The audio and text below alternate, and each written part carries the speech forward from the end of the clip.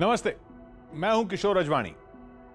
उत्तराखंड के पिथौरागढ़ में कई गांवों के लोग अपना घर होते हुए भी टेंट, तिरपाल या फिर पॉलिथीन की शीट के नीचे जिंदगी बिता रहे हैं, क्योंकि उनके घर की दीवारों और छतों में पानी की तेज धार से दरारें पड़ गई। यूपी में घाघरा, राप्ती, गंगा किनारे बसे सैकड़ों गांवों के लोग भी बेघर हो गए, क्योंकि उनका गांव बाढ़ के पानी में घिरा है। बिहार के लोग तो खैर पहले से ही बाढ़ की मार झेल रहे हैं। अब गुजरात में गिर सोमनाथ, वडोदरा और सूरत पर पिछले साल सैलाब की मार पड़ी। इस साल भी वहां आसमान से आफत बरस रही। महाराष्ट्र के कोल्हापुर और नासिक में पिछले साल बाढ़ की बर्बादी के निशान पूरी तरह मिटे नहीं थे, और एक बार फिर वहां पंचगंगा का प्रलय लोगों के सामने। मध्य प्रदेश, छत्तीसगढ़ में मूसलाधार बारिश के बाद सड़कों पर दरिया बह रहा। पूरा इलाका पानी की तेज धार में, जिंदगी मझधार में। कुदरत का कहर ही है जो देश के करीब 2/3 हिस्से पर टूट पड़ा। मौसम विभाग बता रहा है कि इन इलाकों में एक झटके में सामान्य से ज्यादा बारिश की वजह से फ्लैश फ्लड्स यानी अचानक बाढ़ आ गई। मौसम विभाग के आंकड़ों के मुताबिक इस साल 1 जून से अब तक देश के 29% हिस्से में मूसलाधार बारिश हुई है, तो वहीं 25% इलाके में सूखा पड़ने की नौबत दिख रही। यानी एक साथ बाढ़ और सूखे का दोहरा हमला। देश में मानसून का यह खेल बाढ़ से भी ज्यादा डरावना। पर्यावरण मंत्रालय की 10 साल पुरानी रिपोर्ट में जो आशंका जताई गई थी, वो अब साल दर साल सच साबित होती जा रही। देश के टॉप मौसम वैज्ञानिकों और पर्यावरण विशेषज्ञों ने इस रिपोर्ट में बताया था कि हिमालय क्षेत्र का तापमान जितनी तेजी से बढ़ रहा है, उससे 2030 तक देश में कहीं भयानक बाढ़ तो कहीं सूखे का संकट गहरा सकता। उसी रिपोर्ट में यह भी बताया गया था कि जलवायु परिवर्तन की वजह से देश में बाढ़ और सूखा एक साथ जो दोहरा संकट खड़ा हो रहा, उसकी सबसे ज्यादा मार जंगल और खेत खलिहान पर पड़ने वाली।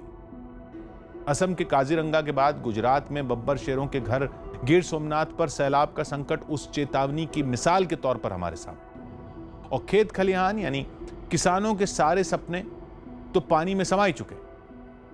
पर्यावरण मंत्रालय की वेबसाइट पर climate change in India, a 4x4 assessment, sectoral and regional analysis for 2030 title वाली ये वो रिपोर्ट है जो अब भी मौजूद है, जिसमें चेताया गया था कि देश में बढ़ते तापमान की वजह से बर्बादी की बाढ़ आने की रफ्तार हर बीतते साल के साथ तेज हो सकती, और अब से 50 साल बाद जो भी होगा वो जल प्रलय जैसा होगा। 2018 से ऐसा दिखने भी लगा। देश में कई लोग बारिश का इंतजार कर रहे हैं, तो लाखों लोग ऐसे भी हैं जो बाढ़ में बर्बाद होकर खून के आंसू रो रहे हैं।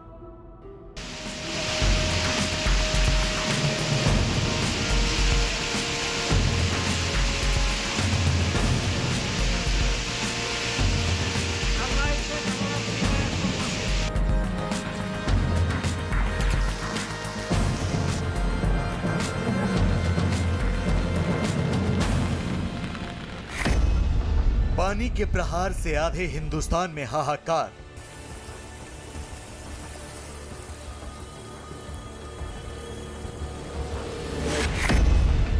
मॉनसून की मार, जिंदगी फंस गई बीच मझधार।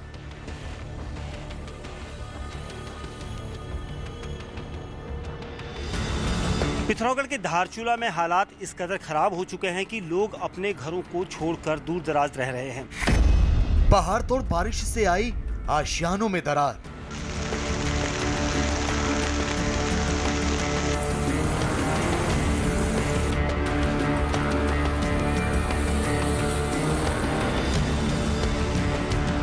सड़कों पर सैलाब, थम गई जिंदगी की रफ्तार।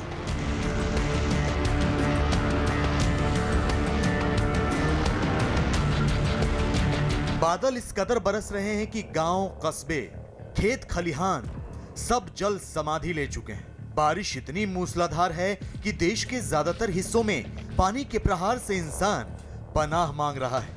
उत्तर प्रदेश से लेकर बिहार, गुजरात से लेकर असम, महाराष्ट्र से लेकर छत्तीसगढ़, मध्य प्रदेश से लेकर उत्तराखंड तक जल प्रलय से जनता त्राही त्राही कर रही है। हालात इतने खराब हैं कि नदियों का पानी घरों में घुसने लगा है। शहरों की गलियां तालाब में तब्दील हो गई हैं।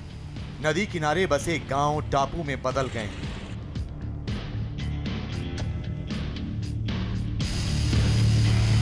इस वक्त हम बाराबंकी के तिलवारी गांव में हैं, जहां घाघरा नदी यानी सरयू का उफान जोरों पर। अगर आप बाएं तरफ देखेंगे कि गन्ना 8 से 10 फुट जो होता है, गन्ने की जो लंबाई चौड़ाई होती है लगभग 6 फुट के आसपास, ये आप देखिए पूरा का पूरा डूब गया है। किसानों की धान की फसल पूरी तरह से बर्बाद हो गई है। अगर आप दाहिने तरफ देखें तो देखिए कितनी तेज बहाव है, और ये कोई नदी नहीं है, ये गाँव की सड़क है जिससे आम लोग गुजरते हैं। मैदानी इलाकों में जहां तक नजर जाती है पानी ही पानी दिखता है, तो पहाड़ों में चट्टानें खिसक रही हैं। उत्तराखंड, हिमाचल प्रदेश और जम्मू कश्मीर में भूस्खलन की घटनाओं से लोगों में खौफ भर गया है। सड़कों पर मलबा है और घरों में दरार। मुसीबत दोहरी है और इससे निजात मिलती नहीं दिख रही। लोग सैलाब के आंसू रो रहे हैं। वो इस डर में जी रहे हैं कि अगर आशियाने जमींदोज हो गए तो इस जालिम मौसम में जाएंगे कहां।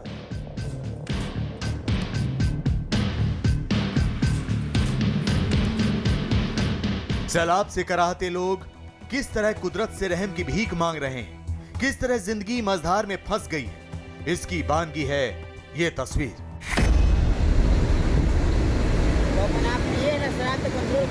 छत्तीसगढ़ के बिलासपुर में वेस्ट वियर नदी अचानक उफनने लगी। दरिया सब कुछ अपने साथ बहा ले जाने पर आमादा नजर आ रही थी। तभी तस्वीरों में नजर आता है एक शख्स जो सैलाब से संघर्ष कर रहा था। एक पेड़ के सहारे ये शख्स अपनी जिंदगी को डूबने से बचाने की कोशिश कर रहा था। 14 घंटे तक ये पेड़ को पकड़े हुए बस यही दुआ कर रहा था कि किसी तरह उसकी जान बच जाए।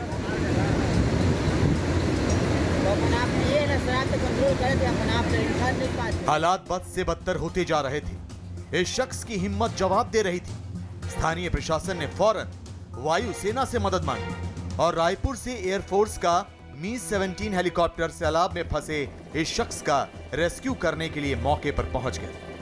नदी की तेज धार, हवाओं का जोर और एक जिंदगी बचाने की चुनौती के बीच वायु वीरों ने रेस्क्यू ऑपरेशन शुरू किया।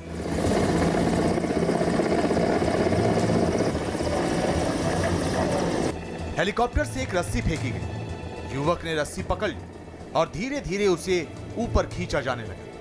वेस्ट वियर नदी के दोनों किनारों पर लोगों की भीड़ जमा थी। सबकी सांसें रुकी हुई थी, लेकिन वायु वीरों ने मुश्किल हालात में भी शख्स का रेस्क्यू किया और उसे सुरक्षित तरीके से नदी के ऊपर बने पुल पर उतार दिया। छत्तीसगढ़ में पिछले 24 घंटे से लगातार बारिश हो रही है। राज्य के दक्षिणी हिस्से में बस्तर क्षेत्र के कई गांवों का सड़क संपर्क जिला मुख्यालय से टूट गया है। बारिश के मद्देनजर मुख्यमंत्री भूपेश बघेल ने सभी जिला अधिकारियों और पुलिस अधीक्षकों को सतर्क रहने का निर्देश दिया है। राज्य सरकार के मुताबिक बारिश से बस्तर क्षेत्र का ज्यादातर हिस्सा प्रभावित हुआ है। इस क्षेत्र के बाजपुर, दंतेवाड़ा और सुकमा जिले से गुजरने वाली ज्यादातर नदियां खतरे के निशान से ऊपर बह रही हैं। लेकिन ऐसा नहीं है कि बादल सिर्फ छत्तीसगढ़ में ही कहर बरपा रहे हैं, बल्कि बादलों ने गुजरात का भी हाल बेहाल कर दिया है। जी हां, सही सुना आपने। गुजरात पर सैलाब के सितम से त्राहिमाम मचा है। लोग अपनी जिंदगी की पनाह मांग रहे हैं। ये गुजरात का जूनागढ़ है। वही जूनागढ़ जिसे मंदिरों की भूमि कहा जाता है। वही जूनागढ़ जो गिरनार घाटी की गोद में बसा हुआ है। लेकिन जूनागढ़ फिलहाल मूसलाधार आफत में घिरा हुआ है। यहाँ पिछले कुछ घंटों से लगातार हो रही बारिश ने लोगों को घरों में कैद कर दिया है। तस्वीरें देखकर आप अंदाजा लगा सकते हैं कि किस तरह यहाँ बादलों ने तबाही मचा रखी है। लोगों के घरों में पानी घुस आया है। सड़क पर पानी है या पानी में सड़क, पता ही नहीं चलता। तो जूनागढ़ के कई गांव जल समाधि लेने की कगार पर पहुंच चुके हैं। उधर गुजरात के कच्छ में भी बारिश से जनजीवन अस्त व्यस्त है। देखिए कैसे सड़क पर सैलाब ने कब्जा जमा लिया है। लोग प्लाईवुड से बनी नाव के सहारे एक जगह से दूसरी जगह आ जा रहे हैं।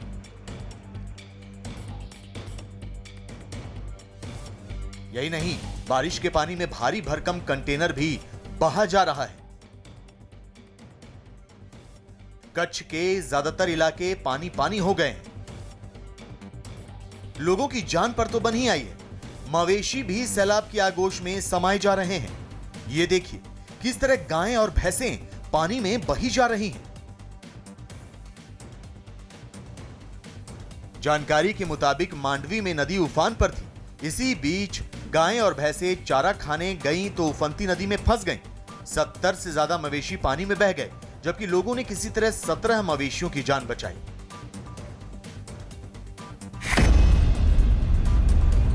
गुजरात के गिर सोमनाथ में भी भारी बारिश से नदियां उफान पर हैं। यहां रावल नदी, सरस्वती नदी और हिरण नदी का पानी तबाही का शोर मचा रहा है। इन नदियों के किनारे बसे गांवों में घुटनों तक पानी है। लोगों के घरों तक में पानी घुसने लगा है। बाहर निकलना खतरे से खाली नहीं, क्योंकि रास्ते जल समाधि ले चुके हैं। कई गांवों से तो संपर्क भी टूट गया है। हम आपको ये दृश्य दिखाना चाहेंगे कि ये जो दृश्य है वो प्रासी तीर्थ से शासन जाने के लिए रास्ता है। यहाँ पे कोई नदी नहीं है, लेकिन जो सरस्वती नदी पास में से पसार होती है, उस नदी का बाढ़ का पानी जो है वो पूरे रास्ते में फंसा हुआ है। और उसकी वजह से कहीं जो वाहन चालक है वो यहाँ पे फंसे हुए हैं। काफ़ी घंटे हो चुके हैं और लोगों को यहाँ से जाने के लिए काफ़ी दिक्कतों का सामना करना पड़ रहा है। सौराष्ट्र में सबसे ज्यादा बारिश गिर सोमनाथ में ही हो रही है। इससे पूरा जिला पानी पानी हो गया है। वेरावल, सूत्रापाड़ा, कोडिनार और ऊना समेत कई जगहों पर जनजीवन प्रभावित हुआ है। लगातार बारिश से खेतों में पानी भर गया है और अब फसलें सड़ने की नौबत आ गई, जिससे किसानों की चिंता बढ़ गई। भारी बरसात से मूंगफली की फसल के बड़े पैमाने पर खराब होने की भी आशंका जताई जा रही है।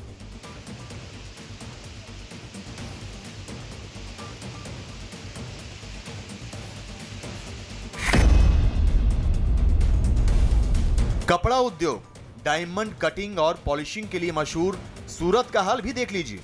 यहां बारिश की वजह से पुलिस थाने में पानी घुस आया और पानी के बीच ही पुलिस वाले अपना काम करने को मजबूर हैं। मौसम विभाग की माने तो आने वाले दिनों में गुजरात के कई इलाकों में भारी बारिश हो सकती है। ऐसे में मुसीबत कम होने के बजाय बढ़ने के पूरे आसार हैं।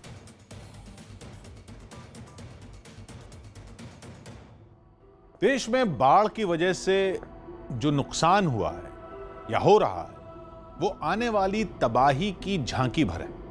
बाढ़ से अभी गरीबों के कच्चे मकान ही ज्यादा ध्वस्त हुए हैं। किसानों की फसलें पानी में बह गई हैं। जहां पानी की धार तेज नहीं है, वहां फसलें पानी में डूबकर तबाह हो चुकी।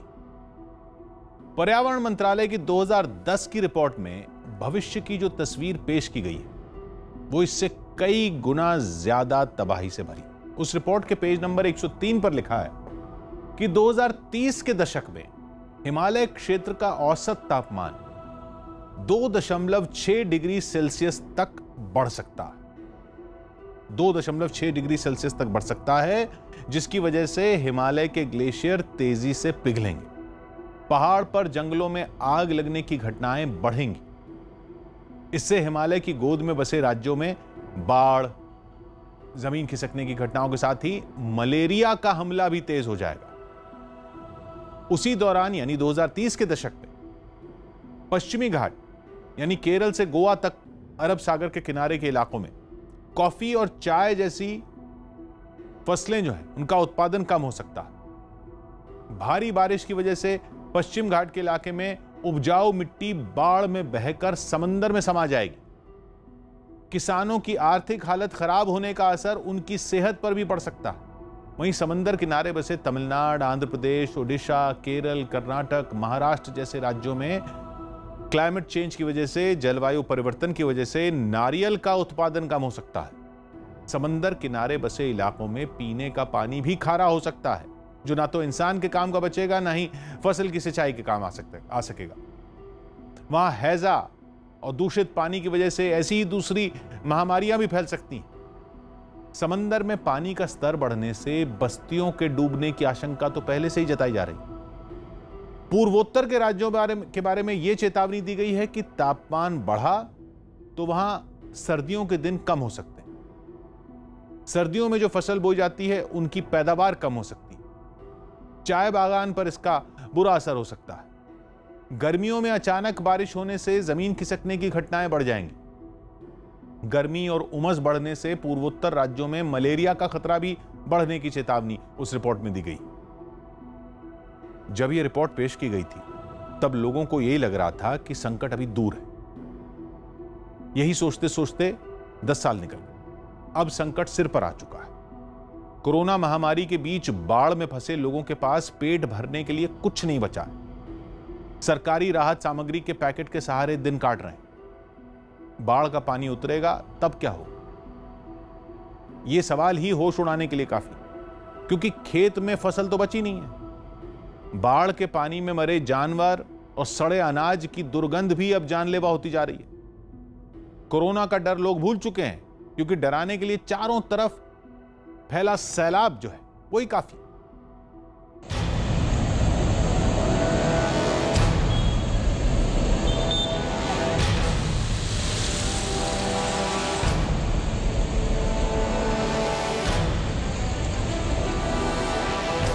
नदियों में उफान, जनता का त्राहिमाम।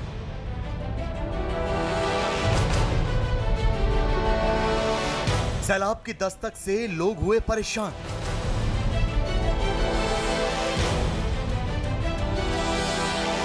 मैदानी इलाकों से पहाड़ों तक जल तांडव।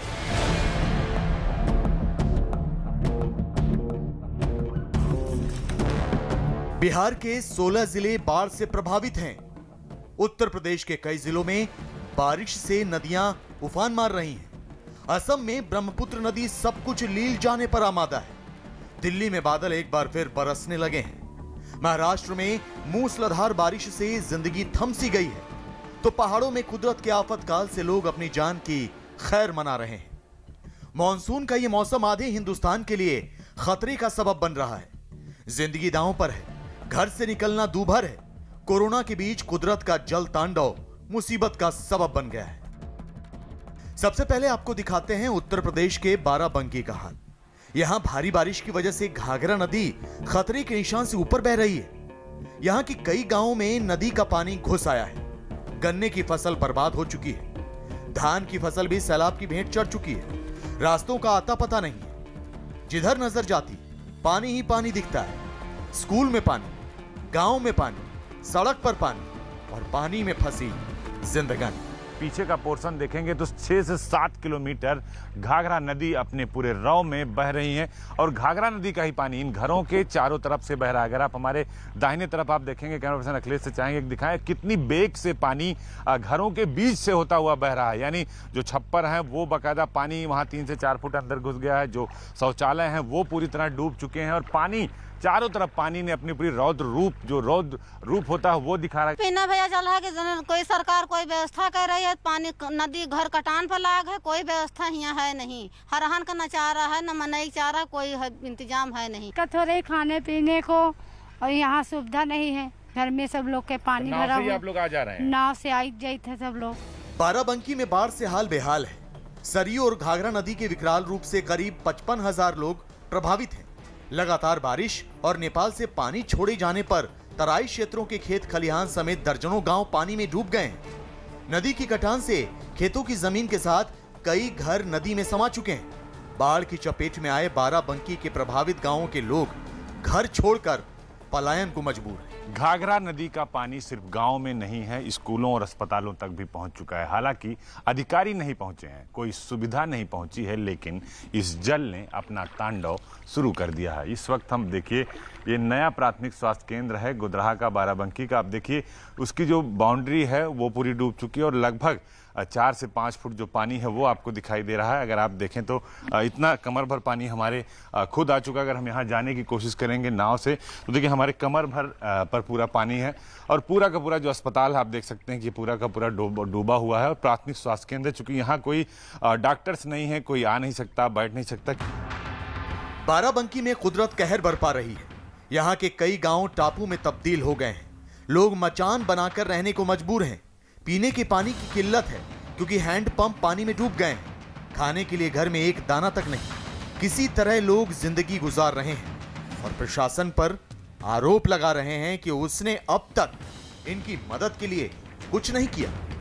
तो पानी भर गया, यहाँ तो बहुत पानी है, गले गले पानी है। आप पानी में ही हैं, आप देख रहे हैं। डॉक्टर साहब वहाँ बांध पे बैठते हैं, वहाँ दवा देते हैं। यहाँ के जो मरीज होते हैं वो वहीं बांध पे, अधिकतर लोग गांव से पलायन कर चुके हैं, बांध पे हैं। चारों तरफ पानी पानी है, तो कैसे निपटेंगे आप लोग इस? अब ऐसा निपटी था जी, मेरे कहा यही मैं निपटी था, कहा किया जाए।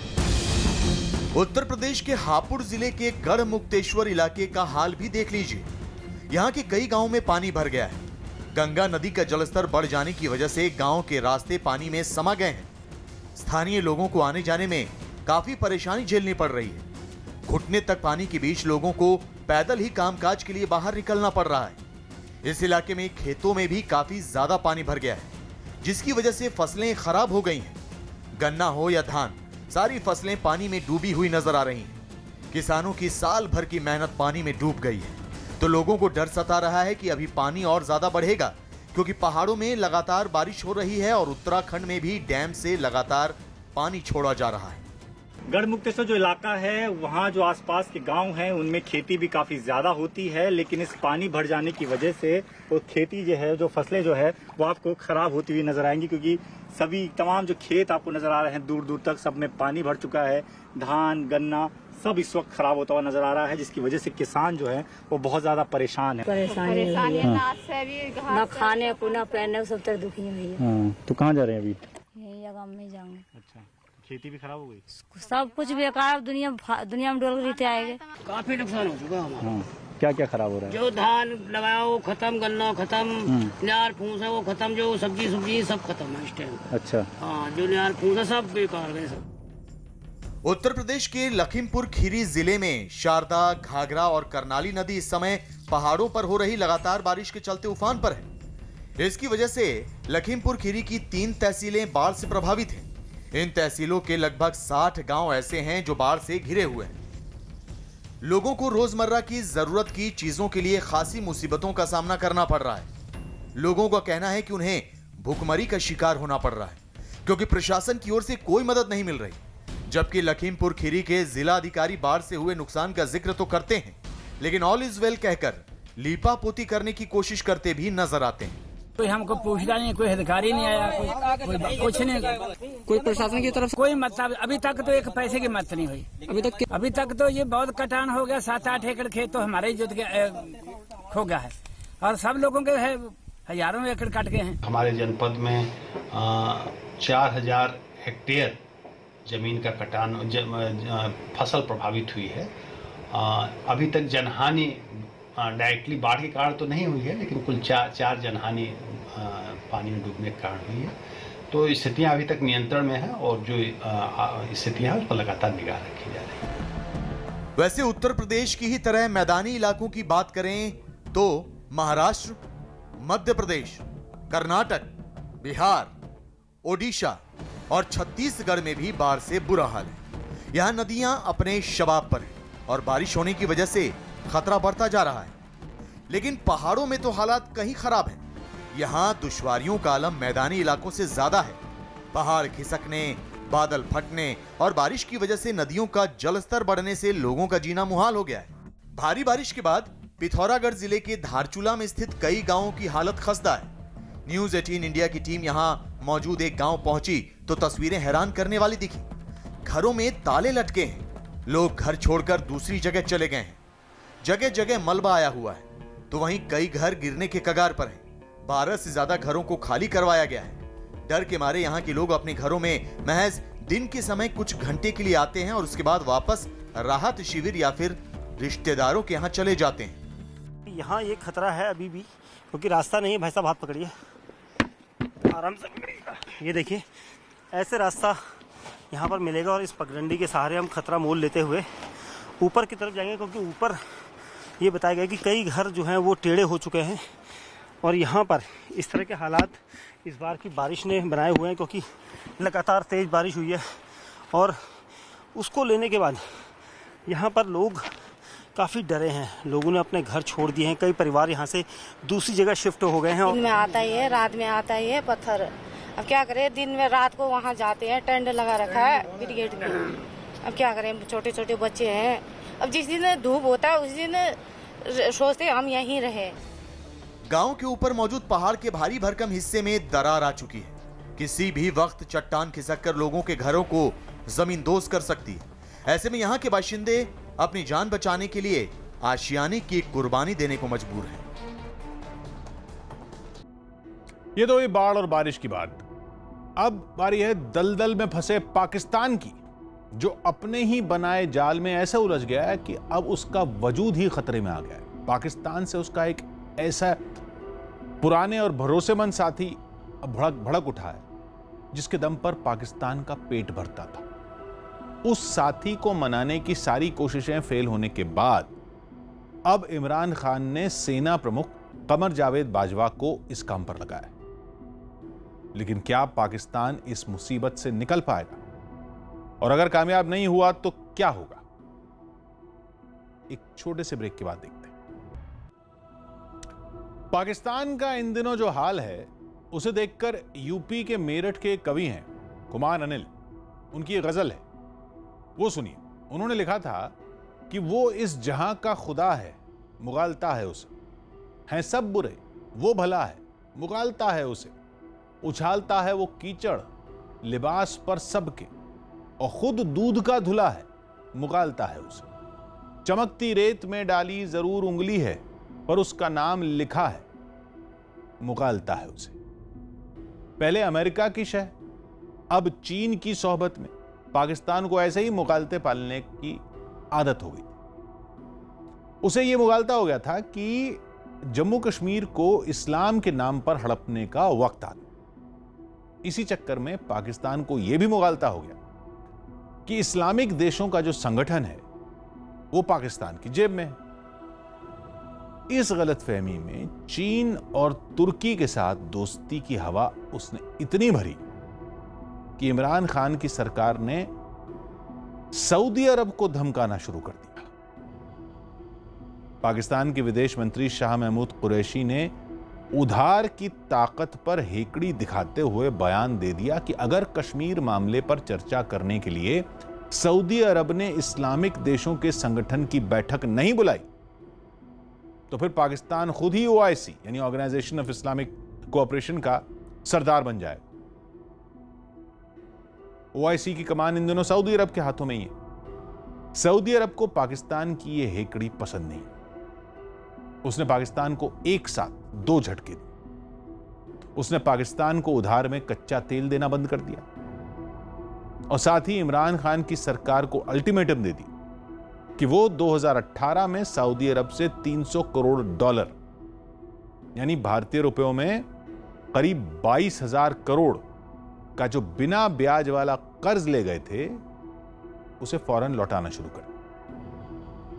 अब कंगाल पाकिस्तान को कोरोना महामारी के बीच सऊदी अरब का उधार चुकाने के लिए उधार कौन दे रहा?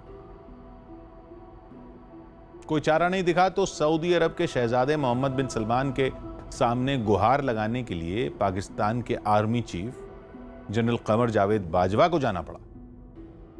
वो अपने साथ ISI के डायरेक्टर जनरल को भी सऊदी अरब ले गए। सऊदी अरब पहले कई बार पाकिस्तान की गुस्ताखियों को माफ कर चुका है, लेकिन इस बार जनरल बाजवा के घुटने टेकने से भी बात बनने की उम्मीद नहीं दिख रही। सऊदी अरब की राजनीति और कूटनीति के एक बड़े जानकार हैं, नाम है अली शहाबी, जिन्होंने 4 दिन पहले ही ट्वीट किया था कि पाकिस्तान में बड़े ओहदों पर बैठे लोगों की दशकों पुरानी एक बुरी आदत रही है। पाकिस्तान के सफेद पोश सऊदी अरब से मिलने वाली मदद को हल्के में लेते रहे, लेकिन अब वो दिन लद चुके। पाकिस्तान को अब साबित करना होगा कि वो सऊदी अरब की कद्र करता है। माना जा रहा है कि अगर जनरल बाजवा के गिड़गिड़ाने का भी सऊदी अरब पर कोई असर नहीं हुआ तो फिर पाकिस्तान की सेना अपने विदेश मंत्री शाह महमूद कुरैशी को बलि का बकरा बना सकती। पाकिस्तान में इसकी तैयारी भी शुरू हो गई। इमरान खान सरकार की मंत्री शरीन मजारी ने अपने ही विदेश मंत्री को खुलेआम कोसना शुरू कर दिया। खबर है कि ऐसा पाकिस्तान की फौज के हुक्म और इमरान खान के इशारे पर ही किया जा रहा, ताकि पाकिस्तान के सामने कुरैशी के बयान से पल्ला झाड़ने और सऊदी अरब को मनाने के लिए कम से कम एक दरवाजा खुला रहे।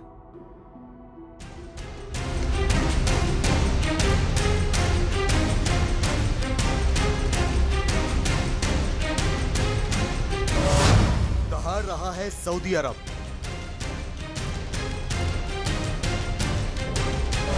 दुबक गया है पाकिस्तान।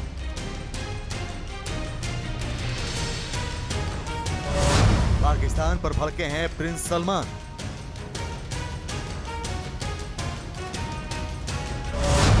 सऊदी अरब से गिड़गिड़ा रहे हैं इमरान। जम्मू कश्मीर से आर्टिकल 370 हटाए जाने के बाद पाकिस्तान के प्रधानमंत्री इमरान खान इस कदर बौखला उठे हैं कि पूरी दुनिया में उन्होंने झूठ का तमाशा शुरू कर दिया है। मंच कोई भी, इमरान सिर्फ कश्मीर का ही राग अलापने लगे। मैं समझता हूं कि ये नरेंद्र मोदी ने उसने अपना आखिरी कार्ड खेल दिया है। मुझे अब खौफ है कि इन्होंने कश्मीर में एथनिक क्लेंजिंग करनी है। इन्होंने वहां लोगों को कोशिश करना है कि लोग वहां से निकाल ले ताकि दूसरी मेजॉरिटी हो जाए और वो जो बाकी लोगों को गुलामी के लिए दब जाएं। आपकी ईंट का जवाब पत्थर से दिया जाएगा।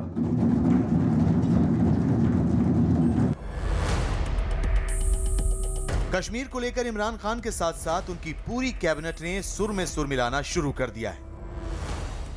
इमरान के मंत्री भी हर मंच पर कश्मीर का ही दुखड़ा रोने लगे। Continued human rights violations in Indian illegally occupied Jammu and Kashmir, the Senate of Pakistan reiterates its complete rejection. शुरू में दुनिया ने पाकिस्तान की इस राग को नजरअंदाज किया।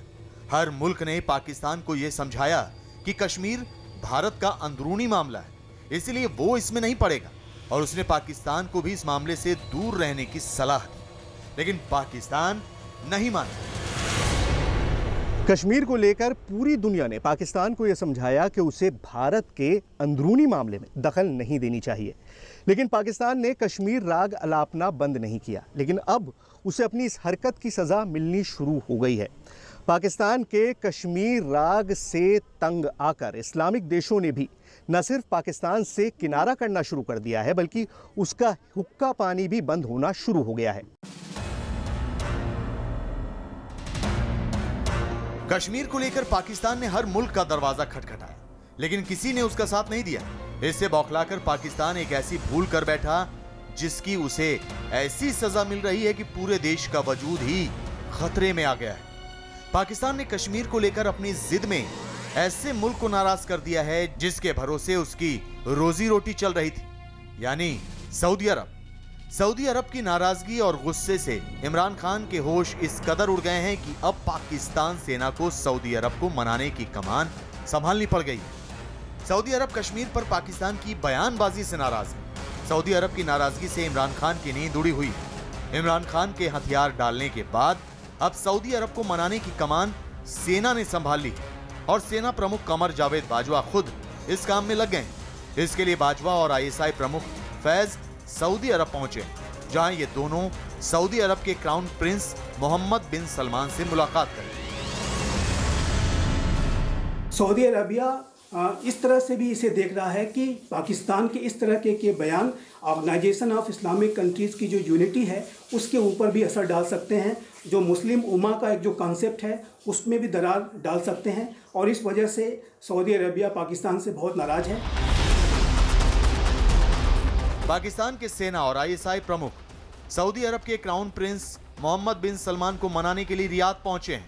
पाकिस्तान सऊदी अरब की नाराजगी से क्यों डरा है, यह आपको बताएं उससे पहले आपको बताते हैं कि सऊदी अरब पाकिस्तान पर क्यों भड़का हुआ है। सऊदी अरब की नाराजगी की वजह है पाकिस्तान के विदेश मंत्री शाह महमूद कुरैशी का कश्मीर को लेकर दिया गया एक बयान। पहले आप कुरैशी का वो बयान सुनिए जिससे पाकिस्तान एक गंभीर संकट में घिर गया है। मैं एक मर्तबा फिर ओआईसी की लीडरशिप में मोतबाना गुजारिश करूंगा। काउंसिल ऑफ फॉरेन मिनिस्टर का इजलास हमारी तवक्को है। अगर आप ये नहीं बुला सकते तो फिर मजबूरन मैं अपने वजीर आजम से कहूंगा कि वो मुस्लिम ममालिक जो कश्मीर के इशू पर हमारे साथ खड़े होना चाहते हैं और कश्मीरी मजलूमों का साथ देना चाहते हैं, उनका इजलास बुला दे। कुरैशी ने अपने बड़बोलेपन में ये बयान तो दे दिया, लेकिन इसके सामने आते ही इमरान सरकार के हाथ पैर फूल गए। इमरान खान ने तुरंत अपनी करीबी मानवाधिकार मंत्री शिरीन मजारी से एक बयान दिलवाया और सरकार को कुरैशी के रुख से अलग दिखाने की कोशिश की। विदेश मंत्री शाह महमूद कुरैशी का बयान गैर जिम्मेदाराना है और उन्होंने इस बयान से कश्मीर के लोगों और इमरान खान का सिर नीचा कर दिया है। इमरान खान को पहले यही लगा कि अपने विदेश मंत्री के बयान से दूरी बनाकर वो सऊदी अरब की नाराजगी से बच जाएंगे, लेकिन ऐसा हुआ नहीं।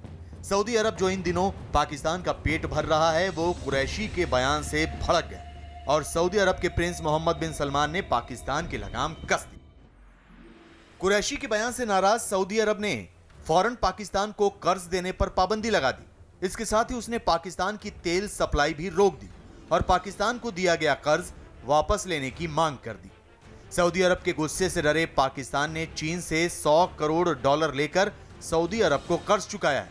हालांकि ये कर्ज की पहली किश्त ही है। अभी पाकिस्तान को 520 करोड़ डॉलर सऊदी अरब को देने हैं। सऊदी अरब ने पाकिस्तान से कर्ज की वसूली के साथ ही उसे उधार तेल देना भी बंद कर दिया है। माना जा रहा है कि अभी सऊदी अरब पाकिस्तान के खिलाफ कुछ और कड़े कदम उठा सकता है। इससे पूरे पाकिस्तान में दहशत सी फैल गई है।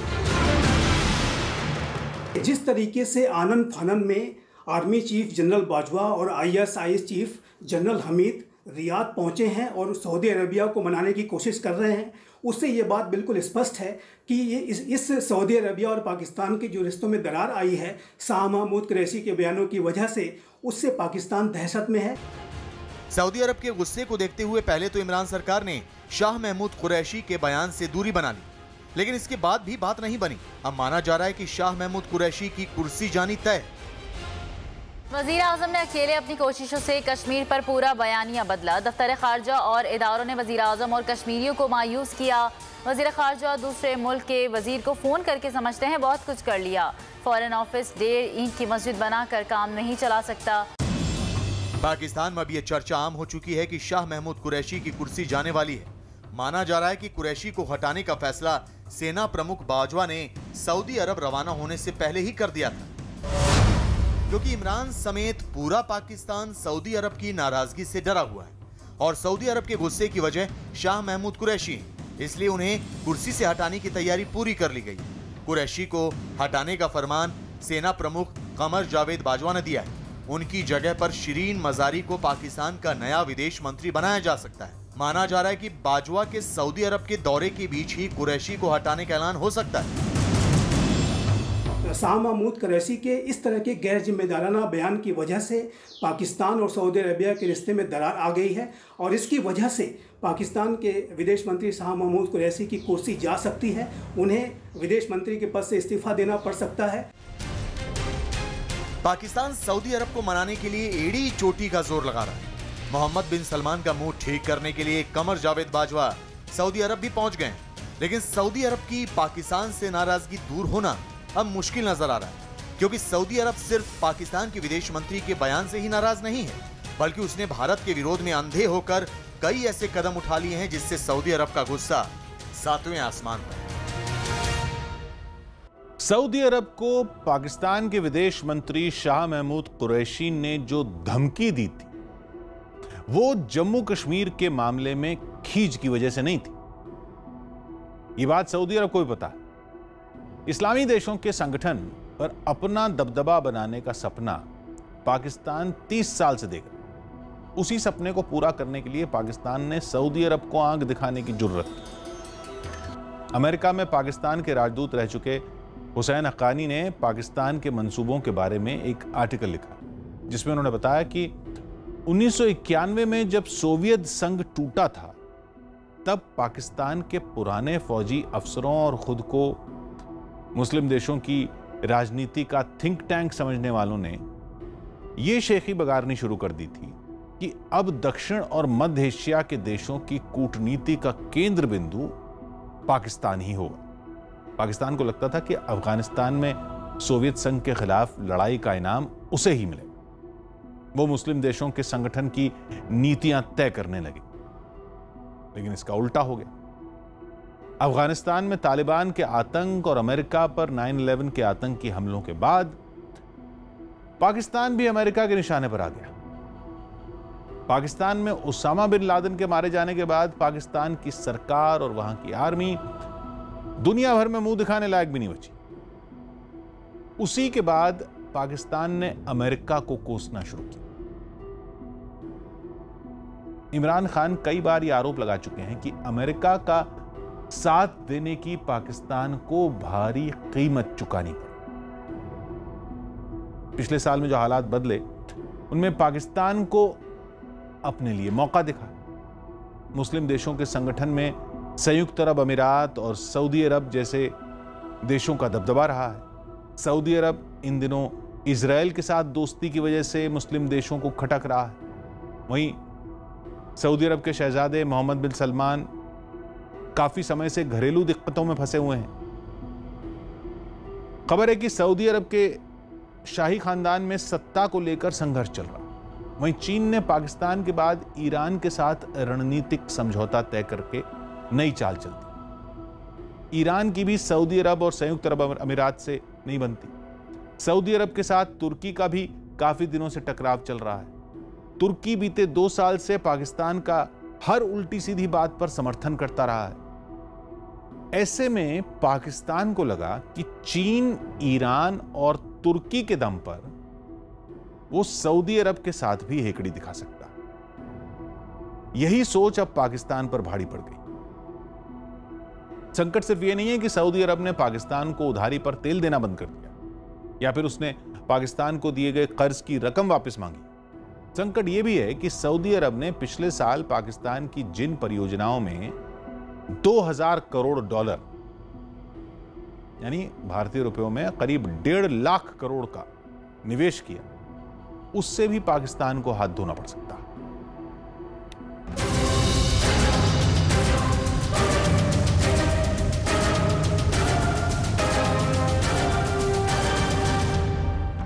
सऊदी अरब के घुटनों पर पाकिस्तान, सलमान के आगे गिड़गिड़ा रहे हैं इमरान। पाकिस्तान के सेना प्रमुख लगा रहे हैं माफी की गुहार। सऊदी अरब फिलहाल पाकिस्तान के विदेश मंत्री शाह महमूद कुरैशी के बयान पर भड़का हुआ है, लेकिन वो पाकिस्तान से काफी दिनों से नाराज चल रहा था। इसकी वजह है कश्मीर को लेकर पाकिस्तान के बेसिर पैर के बयान, जिसमें इमरान खान भी पीछे नहीं है। वो भी कई बार कश्मीर को लेकर इस्लामिक देशों पर निशाना साध चुके हैं। There should not be any conflict in the Muslim world. Already we have starting from Libya to Somalia to Syria, Afghanistan, Pakistan has suffered a lot. Conflict in Muslim world is weakening all of us. Saudi Arab की नाराजगी की वजह है Islamic देशों के संगठन OIC पर पाकिस्तान के प्रधानमंत्री और उनके मंत्रियों का बार-बार हमला, क्योंकि OIC पर होने वाला कोई भी हमला सऊदी अरब पर हमला माना जाता है। क्योंकि OIC दुनिया में इस्लामिक देशों का संगठन है, जिसमें दुनिया के 57 देश शामिल हैं और इसका मुख्यालय सऊदी अरब में। OIC के महासचिव भी सऊदी अरब के ही हैं और सऊदी अरब को OIC का प्रतिनिधित्व करने वाला देश माना जाता है। इसलिए OIC पर किसी तरह के हमले को सऊदी अरब खुद पर हमला मानता है। शाह महमूद कुरैशी ने जिस तरीके से सऊदी अरबिया के ऊपर अपना गुस्सा निकाला है, ऑर्गेनाइजेशन ऑफ इस्लामिक कंट्रीज़ को डिवाइड करने के लिए उन्होंने कश्मीर के मुद्दे पे एक अलग कॉन्फ्रेंस को बुलाने की जिस तरह से जो बात कही है, उससे सऊदी अरबिया बेहद नाराज़ है। सऊदी अरबिया जो अरब लेड इस्लामिक वर्ल्ड का लीडर है। पाकिस्तान भी OIC का सदस्य देश है और उसकी कोशिश कश्मीर मुद्दे पर OIC की आपात बैठक बुलाना है, लेकिन OIC के दूसरे देश इसके पक्ष में नहीं है। सऊदी अरब भी कश्मीर मामले पर बैठक बुलाने के लिए सहमत नहीं है। इससे बौखलाकर पाकिस्तान ने OIC के खिलाफ बयानबाजी शुरू कर दी। यहाँ तक धमकी दे डाली कि अगर सऊदी अरब बैठक नहीं चाहता है तो वो सिर्फ उन देशों की बैठक कर सकता है जो कश्मीर मुद्दे पर उसके साथ है। पाकिस्तान के इस बयान का सीधा मतलब है कि वो OIC में फूट डालने की कोशिश कर रहा है। पाकिस्तान की इसी हरकत से सऊदी अरब भड़क गया है। इसके साथ ही OIC के ज्यादातर देश पाकिस्तान की इस हरकत से नाराज हैं। अब सऊदी अरब के खुलकर मैदान में आने से पाकिस्तान को इस संगठन में भी अकेला पड़ने का डर सता रहा है। Saudi Arabia led organisation of Islamic countries के जो देश हैं वो पाकिस्तान के कश्मीर राग से बेहद परेशान हैं और वो नहीं चाहते कि पाकिस्तान इस तरीके से कश्मीर का राग OIC की बैठकों में उठाए। और ओआईसी के देश भारत के साथ अच्छे रिश्ते बना के रखना चाहते हैं। पाकिस्तान से सऊदी अरब की नाराजगी की एक और वजह यह है कि पाकिस्तान कश्मीर के मुद्दे पर उन देशों से दोस्ती बढ़ा रहा है जिन्हें सऊदी अरब पसंद नहीं करता। ओआईसी में पाकिस्तान को सिर्फ 2 देशों का अब तक समर्थन मिला है, जिसमें पहला देश तुर्की जो कश्मीर को लेकर पाकिस्तान का समर्थन कर रहा है, जबकि दूसरा देश है मलेशिया। मलेशिया में भी महातीर मोहम्मद की सरकार गिरने के बाद नई सरकार ने कश्मीर के मुद्दे पर चुप्पी साध ली। इसके बाद अब पाकिस्तान के पास तुर्की के अलावा किसी भी देश का साथ नहीं बचा, इसलिए पाकिस्तान तुर्की के साथ रिश्ते मजबूत करने में लगा हुआ है। लेकिन सऊदी अरब को यह मंजूर नहीं, क्योंकि सऊदी अरब और तुर्की में वर्चस्व की जंग बहुत पुरानी है।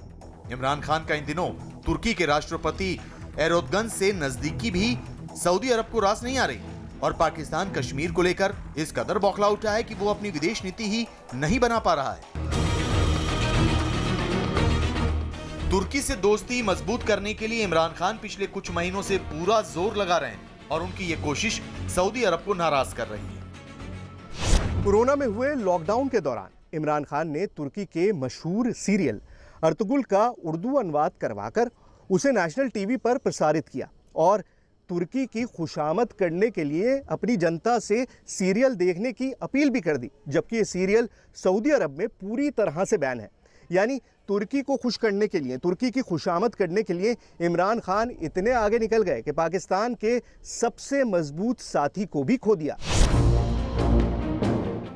सऊदी अरब की पाकिस्तान से नाराजगी की एक और वजह है पाकिस्तान के चीन से रिश्ते। पाकिस्तान और चीन का गठजोड़ भी सऊदी अरब को परेशान कर रहा है, क्योंकि इस वक्त चीन पाकिस्तान के साथ साथ ईरान से भी गठजोड़ कर रहा है, जो सऊदी अरब को मंजूर नहीं। चीन के इशारे पर पाकिस्तान ईरान के साथ भी गुपचुप रिश्ते मजबूत करने में लगा हुआ है। पाकिस्तान की ये नीति सऊदी अरब को पसंद नहीं आ रही, क्योंकि जो देश ईरान और तुर्की के साथ होगा, सऊदी अरब कभी भी उससे रिश्ता नहीं रखना चाहेगा। पाकिस्तान कश्मीर को लेकर ऐसा उलझा हुआ है कि वो इस समीकरण को नजरअंदाज करने की भूल कर बैठा, जिसका नतीजा ये हुआ कि अब पाकिस्तान के सेना प्रमुख को सऊदी अरब से माफी मांगनी पड़ रही है। पाकिस्तान इस समय 2 नावों में पैर रख करके चलने की कोशिश कर रहा है और जाहिर है कि इसका खामियाजा पाकिस्तान को भुगतना पड़ सकता है। पाकिस्तान एक तरफ सऊदी अरबिया के साथ अपने रिश्ते बनाने की कोशिश कर रहा है और दूसरी तरफ वो तुर्की को भी लुभाने में लगा हुआ है। और इस समय सऊदी अरबिया लेड जो ऑर्गेनाइजेशन ऑफ इस्लामिक कंट्रीज़ हैं, उसमें भी दरार डालने की कोशिश पाकिस्तान ऐसा लगता है कर रहा है। पाकिस्तान और सऊदी अरब का रिश्ता काफी पुराना है। सऊदी अरब ने हमेशा ही पाकिस्तान की मदद की है, लेकिन कश्मीर को लेकर उसने एक भरोसेमंद साथी को खो दिया है। जबकि भारत के साथ सऊदी अरब के रिश्ते लगातार मजबूत हो रहे हैं। इससे पाकिस्तान इतना डर गया है कि उसे सेना प्रमुख को मैदान में उतारना पड़ा है। पाकिस्तान के विदेश मामलों में सेना प्रमुख के उतरने से यह भी साफ हो गया है कि पाकिस्तान में असल कमान सेना के पास ही है और इमरान खान महज एक मुखौटा है। पाकिस्तान इस समय बेहद दुविधा में है। वो 2 नावों की सवारी करना चाह रहा है और जाहिर है कि इसका जो नुकसान है वो पाकिस्तान को भुगतना पड़ेगा। और ऐसे में शाह महमूद कुरैशी का इस बयान ने इस पूरी जो एक तनावपूर्ण सिचुएशन है, एक जो तनावपूर्ण स्थिति है, उसमें आग में घी डालने का ही काम किया।